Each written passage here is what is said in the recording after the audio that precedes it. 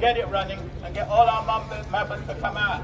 So let's hear it. Zero vision for fatigue. Come on. When they come to us and say vision zero, we say yes, vision zero for fatigue. We don't want vision zero where you're telling our members, oh, you should have seen that guy.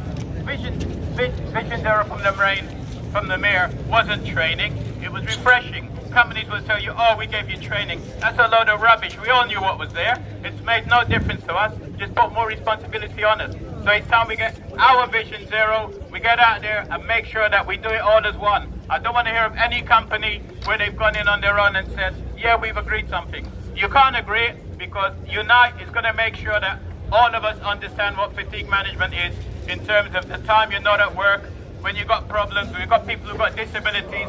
Majority of people now in the bus industry retire and they die within months. For crying out loud, does that tell you there's an issue? There's a serious problem. We need to get out there, we need to make sure that our fatigue management put together by Unite, John and all of us here is done and it's all there for us. So once again I say, vision zero, no management fatigue. Vision zero. Vision zero. Management fatigue, yeah. Make sure we get it right. Thank you, brothers and sisters. Power, guys. He said in there that we all have to get used to saying to our governor, safety is not a competitive element. There should be no cost on safety. Safety is a priority. Now, the next speaker, the only way I can describe him is a good friend. Well, certainly was a good friend to me. I've had some brilliant adventures with him during my time working at Metro Line. He probably doesn't need this megaphone, and I have been with him when they made the mistake of giving him one before, the megaphone. Steve O'Rourke. Thanks, John. When he says he had some adventures with me, what he meant was we was always pissed whenever we were around. Right, let's touch on the campaign, because there are one or two things we're missing, and one or two things maybe Border Exes should be doing currently. So here's a little suggestion when it comes to things like accidents. Accidents are generally caused, not always, but sometimes by driver error. Driver error why?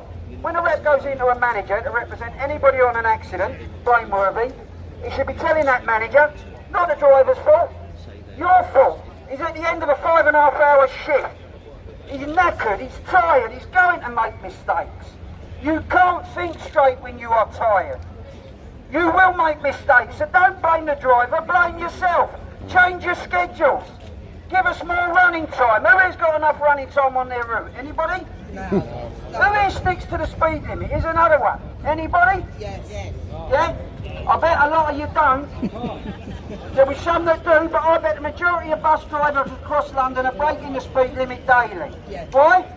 So they get their full meal release, so they finish on time. So they're not under stress and pressure. But let me tell you where most of our stress and pressure comes from. It comes from TfL. I had to go in and see the governor the other day. I never stopped at the bus stop. Somebody had their hand out. He said, it didn't even look like you were looking. I said, I probably wasn't, because I'm always honest. You know what he did? The same thing he does with everybody that goes in there, no matter what they go in there for. He pulled out that bloody red book, the TfL read, that says, this is how you should do the bloody job. Don't tell me how to do the bloody job. I've been doing it for 34 years. That book was written by a bunch of idiots who sit in an office. You've never been out and met the public, ever. And then you get all these driver checking. Driver checking. I'll tell you what my last driver check said. My braking was lovely. My acceleration was beautiful. I stopped to all the right places and the right distance from the curb. And I was very polite and professional. You know what I wasn't? I wasn't fucking smiling. I was knackered, running late, and I'm late for my meal relief, and he wants me to smile at the cunt who's been at the bus stop for 10 minutes and decides to get his fucking pass out. I smile, I kick him up the arse if I'm my way. Only the big red book says I can't. It's a joke. They make all these rules and regulations for us. And we've got to do this, that and the other.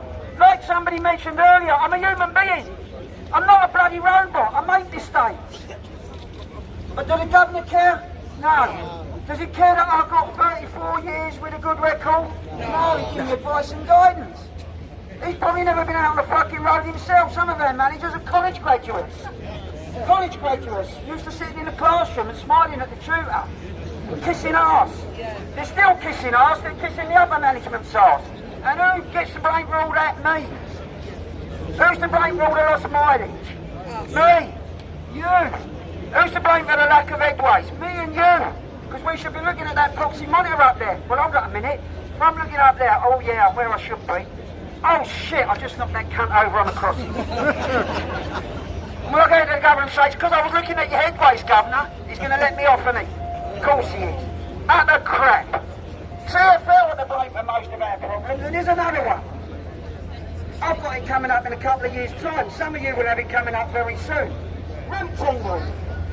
The most stressful time in a bus driver's life is every 5 years, 7 if you're lucky, when your route is up for tender. I've been with Metro 34 years, my route's up for tender in 2022. Well, I'll tell you what, that's the one. I might not be there after that. 34 years will all be out the window. My pension will be gone. Why? Because every 5 years they tender. And at the time we looked at extending the length of tenders like they do on the railways, let's have a contract for 10, 15 years. So I don't have to keep worrying about my employment and whether it's going to be with the same employer.